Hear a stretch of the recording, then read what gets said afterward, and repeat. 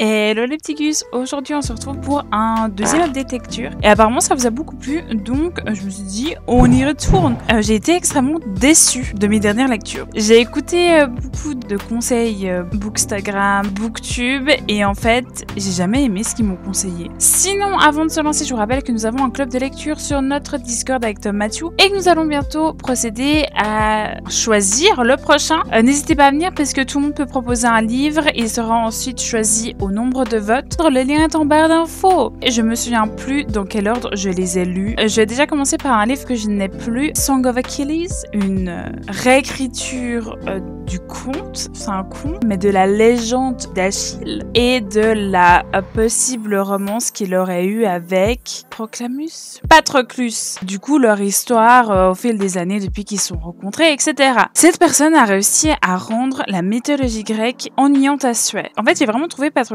et Achille vides. Tu sais pas pourquoi ils deviennent amis. Dans l'histoire, c'est que t'as des sauts dans le temps, ce qui fait qu'en fait, il y a beaucoup de choses, beaucoup de relations qui se construisent hors livre. Toi, tu les quittes, ils viennent de se rencontrer et tu vas au chapitre d'après et ça fait, je sais pas moi, 6 mois qu'ils se côtoient. Du coup, c'est assez perturbant. Moi, je me suis sentie lésée de leur relation. Je ne faisais pas partie de cela. J'ai vraiment pas compris toute la hype qu'il y avait autour. En fait, c'est aussi pour ça que j'aime pas lire des trucs qui sont super populaires parce que je me fais tellement une attente qui est haute que je sais que je vais être déçue au final. Et ce sera aussi ça pour le livre que je vais vous présenter maintenant. Such a Fun Age de Kylie Reid.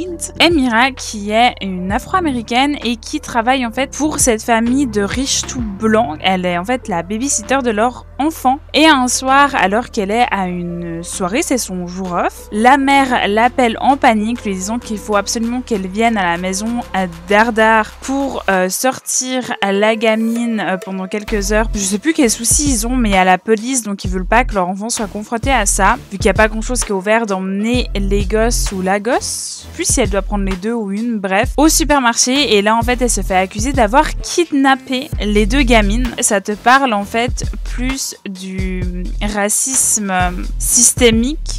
Déjà les personnages ils sortent du chapeau. Que tu sais pas, t'en as aussi une chiée pour aucune raison, donc je me souviens plus qui était de quoi, de qui, de coup. Même ses potes à la meuf la secouaient en mode t'es pas dans une situation normale et elle restait en mode, vous voyez Princesse Sarah en mode, c'est quand même la deuxième illusion que je suis la Princesse Sarah en 2 updates lecture. J'ai pas accroché, j'ai compris le message général qui est bien mais j'ai pas aimé l'exécution. Mais ça reste des bonnes lectures. Le truc c'est que je comprends très bien qu'il y a des personnes qui aiment ces livres et qui aiment les lire, c'est juste que moi ça a pas accroché avec moi. Et le dernier livre que j'ai été conseillé sur Booktube, The Marsh King's Daughter, c'est un thriller. Ça nous raconte l'histoire d'un monsieur qui est connu pour être un kidnappeur d'enfants et il s'est échappé de prison et à ce moment-là, elle s'appelle comment déjà celle-ci ?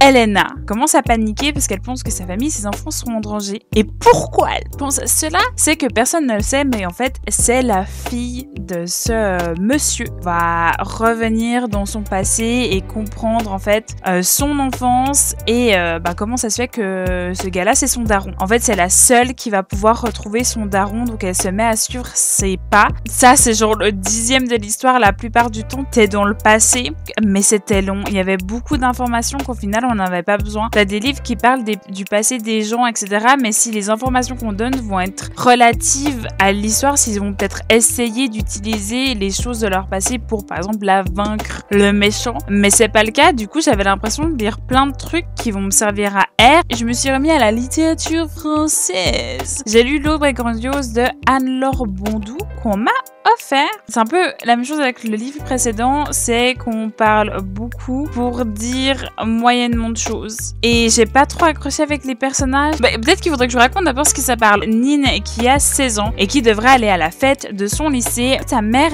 Titania, décide autrement et la prend comme ça, schlack dans la voiture. Elle se casse dans un cabanon au fond de la forêt. Et en fait, durant toute cette nuit, la daronne va lui raconter la vraie histoire de sa famille. En fait, il y a aussi un truc que j'ai beaucoup de mal dans les livres, c'est quand ils mettent des références qui ne sont pas intemporelles. C'est-à-dire que là, il y a des références à Glee, il y a des références à plein de shows qui étaient encore à la télé quand le livre a été écrit. Ce qui fait que je trouve que le livre, ça fait pas longtemps qu'il est sorti, je sais pas exactement les dates, 2017... il paraît déjà vieux. Ça essaie de te mettre des morales dans la gueule alors que bon, ouais, c'est un peu bateau. Encore une fois, je suis passée à côté. Et oh combien je l'ai vu et j'étais là, ah, ça, c'est pour moi. A Spoonful of Murder de J.K. Hall, qui est en fait son premier livre et ça se voit. Ça raconte l'histoire de 3 retraités qui se retrouvent tous les mercredis à boire le thé dans leur garden center. Et du coup, en fait, un jour, elle recroise une de leurs collègues. Cette meuf-là est partie à la retraite et en fait, elle se rend compte qu'elle est complètement sénile. L'une d'elles se retrouve seule aux toilettes avec cette madame et elle lui dit que quelqu'un va la tuer. Bien sûr, personne ne la croit parce que sénile, elle perd la boule, elle a dû entendre ça d'un film et elle croit que c'est la vraie vie, vous connaissez le beans, sauf que quelques jours plus tard, on la retrouve morte. Et du coup, les 3 mamies décident d'enquêter sur la mort de leur amie. Franchement, il y avait grave du potentiel. Le souci, c'est qu'il y a beaucoup trop de personnages, que chaque personnage a 3 noms différents. On les appelle soit par leur prénom, leur nom de famille et le groupe de mamies donne des surnoms à chaque personne en ville. Ce qui fait que t'as en tout une quinzaine de personnages fois 3. L'histoire du meurtre, j'ai quand même fini. Il a du sens, il est super bien amené. Non, c'est un pass pour moi. Là, on a passé les flops. C'est We Were Liars de E. Lockhart qui raconte en fait l'histoire de... Je me souviens jamais des noms des personnages, mais d'une meuf qui en fait partie d'une famille de riches tout qui vont chaque année sur leur petite île privative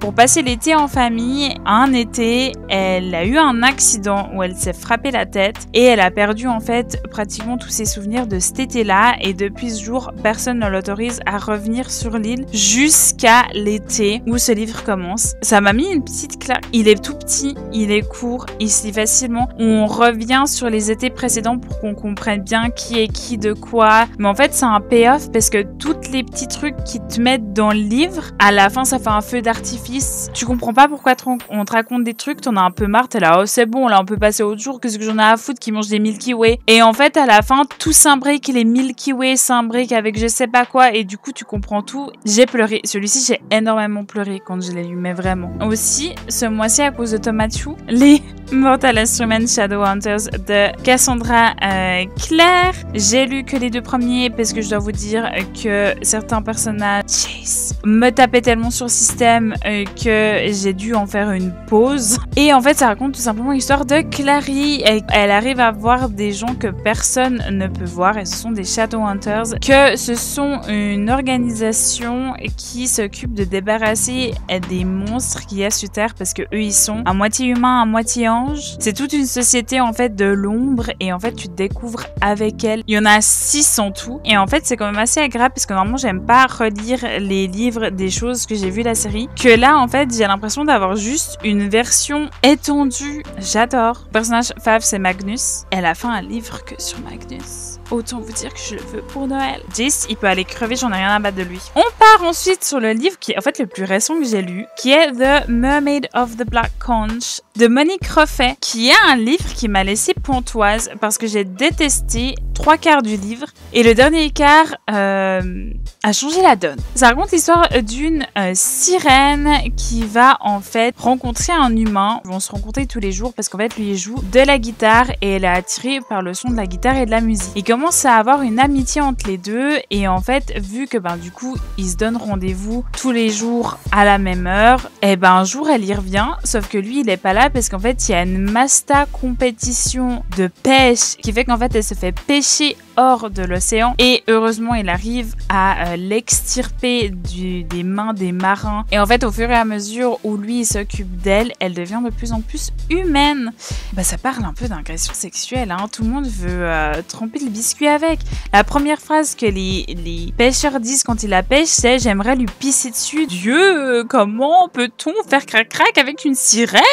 Même le personnage principal, il a décidé qu'il allait la marier alors qu'elle a jamais même dit dit qu'elle voulait rester sur Terre. L'histoire continue, plus en fait tu te rends compte que les personnages changent, comprennent en fait de leurs erreurs, et ça parle aussi justement de... parce que ça se place dans les Caraïbes, après la colonisation. Ça parle beaucoup de sujets qui sont très actuels. Ce livre m'a donné la gerbe tellement que les gars parlent des autres nanas, et il y a un truc qui m'a aussi choquée parce qu'il y a plusieurs phrases dans le livre que j'ai trouvé vraiment limite, du fait que la toute première phrase du livre c'est: les sirènes ne sont pas considérées belles car elles ont plus de traits masculins. Par exemple, il y a aussi beaucoup de misogynie et c'est jamais adressé. Donc c'est pour ça que je suis un peu en dents de scie avec le livre, c'est que il y a beaucoup de choses qui sont problématiques et il y a des choses qui sont adressées parce que c'était le but de les mettre justement pour en discuter et de montrer ces problèmes-là aux yeux du monde. Je crois que l'autrice vient des Trinidad, donc elle est très bien placée pour parler justement des problèmes d'ethnie, de colonisation et des choses qui se passent là-bas, mais il y a quand même des tournures de phrases et des choses qui m'ont choquée et je sais toujours pas quoi penser de ce livre. Et je suis toujours dans ma quête à lire de plus en plus de classiques. Il s'agit de 1984 de George Orwell. C'est une dystopie, une compagnie de médias vous observe à chaque instant dans votre vie. Enfin, ils disent, on sait pas vraiment en fait s'ils observent tout le monde et écoutent tout le monde H24, mais du coup on suit Winston qui vit dans cette société et en fait qui petit à petit voit de plus en plus les défauts de cette société. Tout simplement en fait il va tomber amoureux, c'est tout ce qu'on nous dit sur le dos du livre. Je ne vous en dirai pas plus, je comprends pourquoi il est un classique. Je vous conseille, si vous aimez tout ce qui est dystopie, allez-y. Moi au début je m'étais dit oh ça va être un classique dystopique, ça va me faire des leçons de morale à tout va, enfin ça va être lourd, pouf pouf. Je l'ai lu en une soirée. Bien sûr 1984 possède de la misogynie et plusieurs choses qui sont problématiques vu qu'il était écrit dans les années 50. L'autre classique que j'ai lu c'est The Virgin Suicides de qui? Jeffrey Eugenides. Pour la petite anecdote, je lisais ça dans le jardin et mes beaux-parents, vu la couverture, ont cru que je lisais une cute histoire d'amour. Parle en fait des 5 filles Lisbonne qui se sont donné la mort. En fait, ces filles ont été l'obsession de tout leur quartier, des gens de la ville depuis des années. Et en fait, tu lis le livre au travers d'adolescents du quartier. Ça parle justement de santé mentale. Rien que de parler de ce livre, ça me fout la boule au ventre parce que je suis encore énervée de ce que ces meufs ont subi. Et ce livre m'a bouleversée, mais toujours à ce jour, ça m'a marqué pas dans le bon sens, celui-là, vraiment pas dans le bon sens. Hein. Si vous n'êtes pas prêt à lire le livre parce qu'il est vraiment poignant, il y a le film de Sofia Coppola que j'ai vu. Le film hyper bien adapté par le livre, j'ai trouvé personnellement. Il faut avoir le cœur bien accroché pour le lire, mais mon gros coup de cœur que je m'y attendais pas, j'ai même eu de la peine à me mettre dans l'histoire de ce roman, c'est The Wolf Den de Elodie Harper, qui parle de Amara qui en fait faisait partie d'une famille un peu noble de médecins. Ça se passe à Pompéi avant que le Vésuve n'érupte, bien sûr. Sa mère ne pouvait pas continuer de financer la famille tout simplement et a décidé de vendre sa fille comme esclave. Et on voit en fait le quotidien, la vie de ces femmes, des atrocités qu'elle peut vivre à faire cet emploi et par tous les moyens elles essayent en fait de racheter leur liberté. Et j'ai vu peu de personnes en parler, donc en fait quand j'ai eu ma traversée du désert de lecture, trouver quelque chose qui me remette en fait un peu l'envie de lire, mais j'ai lu La Passe Miroir. Donc en fait c'était pas une totale découverte, je l'avais lu à sa sortie.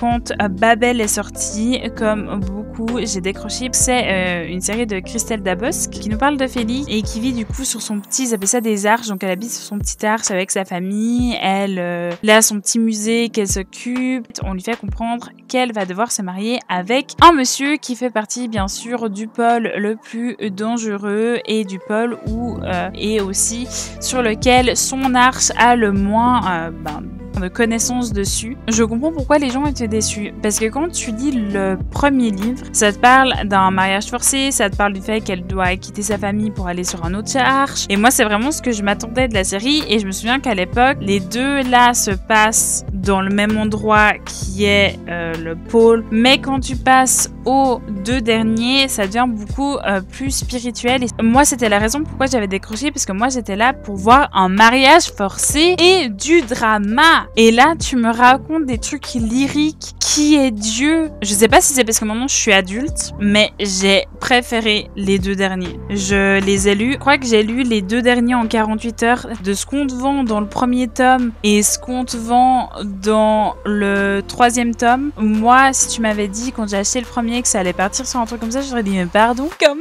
on peut en arriver là? Je crois que c'est ce qui conclut cette petite vidéo. N'oubliez pas de rejoindre le Discord si vous voulez participer au prochain club de lecture. S'il y a des livres que vous aimiez me conseiller parce que vous pensez que je vais adorer, n'hésitez pas à me le dire également. Et je vous dis à plus en bus et gus.